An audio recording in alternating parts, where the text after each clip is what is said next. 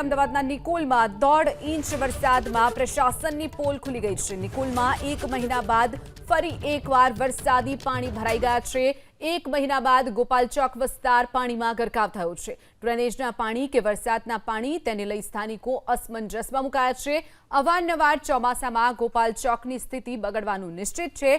તે આ દ્રશ્યો ફરી એક વખત ગોપાલ ચોકના સામે આવ્યા છે। અમદાવાદનું ગોપાલ ચોક જ્યાં વારંવાર પાણી ભરાઈ જવાની સમસ્યા સર્જાઈ છે, ત્યારે 1 મહિના બાદ ફરી એક વખત પાણી ભરાઈ ગયા છે અને હવે સ્થાનિકો એ અસમંજસમાં છે કે આ ચોમાસાના વરસાદનું પાણી છે કે પછી આ ડ્રેનેજનું પાણી છે। વધુ વિગતો સાથે સંવાદદાતા કુશાંગ આપણી સાથે છે। કુશાંગ, ફરી એક વખત ગોપાલ ચોકમાં જે ઘૂંટણસમાં પાણી ભરાઈ ગયા છે, જે દ્રશ્યો સામે આવ્યા છે, શું વિગતો?